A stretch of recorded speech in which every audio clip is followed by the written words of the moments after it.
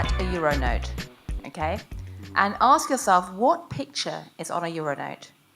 And the euro note is extraordinary because unlike almost every other currency in the world, there are almost no faces there. It's right. Imaginary bridges and arches it's a real and windows. Bridge, isn't it? Isn't it? No, it's imaginary. And the reason is that when they were designing the euro note, they couldn't actually agree on either a real building to actually put in there, because that was going to be controversial, or a founding figure that would act as a central pillar around which the central sense of identity and mythology would be based.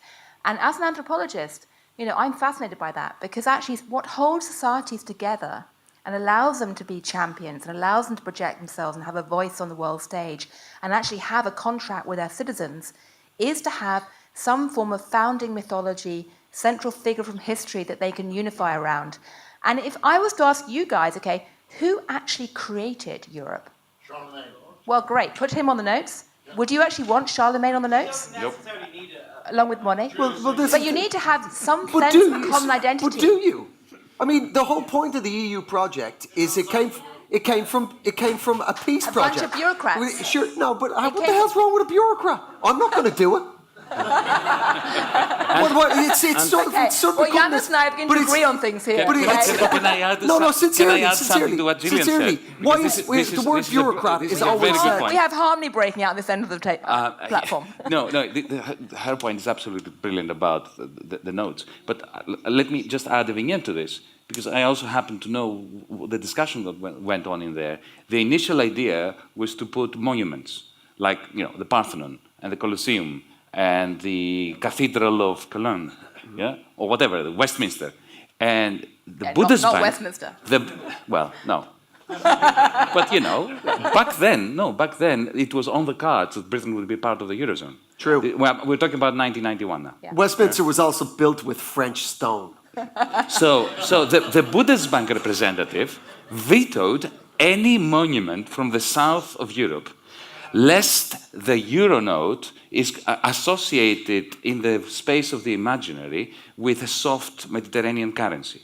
So once you have vetoed, the Acropolis and the Colosseum, then the Southerners vetoed everything from the north. So, but you need to confirm this, whether this is correct information or not. I heard that in some village or town in Holland, they actually constructed those bridges. They copied them from the notes and the arches. Is it true? I don't know. I've been told, and I've actually been invited to go and inspect them. Wow. But that's life imitating stupidity, right? It's life imitating a bureaucratic creation without a heart and a soul that people can rally around. Well, I think there was a heart and a soul, definitely, but you can't. Not on the notes. You cannot put Auschwitz on a note. No, it's a good point. That's the thing with Europe, is that for 50 years, Europeans knew what they didn't want, which was nationalism. And what started as a benign elite project then morphed into, because of the collapse of the Berlin Wall, into something much grander. And that's where we stand right now, and that's why I think we need, as Europeans, a public opinion, is that it's no longer enough to just say, Auschwitz, nationalism c'est la guerre. That's what, nationalism is war, but Mitterrand said, that's no longer enough. And so that's why you need that public sphere. But I think, on one hand, I really take your point, I'm also an anthropologist, about the need for symbolism. On the other hand, I think the reason so many countries want to join the EU and 0 countries want to join the UK or the US is because of the absence of those symbols. So you can join a larger whole without having to buy into that ridiculous methodology. But the US said no to the king, and then they went out and created a vision of the Republic. And they created a vision of America that wasn't just defined by negativity. It was actually a sense of this is what America is. Now, you might argue it's completely perverted today, and that's another story. In all fairness, they were all slaveholders. Yeah, it was perverted back then. They were very high-minded people who owned other people. I agree. Yeah. Perversion, I agree. But there was actually a vision. When has Europe actually created a positive vision that's defined by anything other than what it doesn't want to be? The welfare state.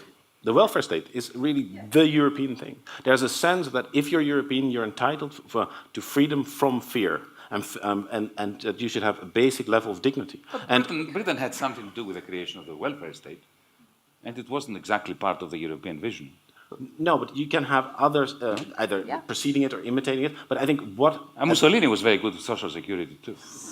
Yeah, so everything that a whale swims, or not everything that swims is a whale. So, Correct. You can't put the welfare state on a note. No, exactly. But the Or a point is, flag. what you'd actually put on a note is some cool kids you met camping. One of them's from Portugal. Right? That's the point of the EU. It's meant to be a friendship thing. Also, I don't need a big fucking symbol. In our country, we've got too fucking many symbols. We have people still willing to kill each other over what the fuck they've painted on the end of the council estate wall. Right? So maybe symbols are overrated. And if you look to yourself, you need to fill the hole in yourself with a fucking symbol. Maybe you need to take up a hobby. Right? That's what I mean. My thing, and I'm just as infuriated by the EU as well, because it's both very fucking powerful, it's the world's single largest economy in itself, but at the same time, really structurally humble. How are those two things, how can they be balanced? Or can they?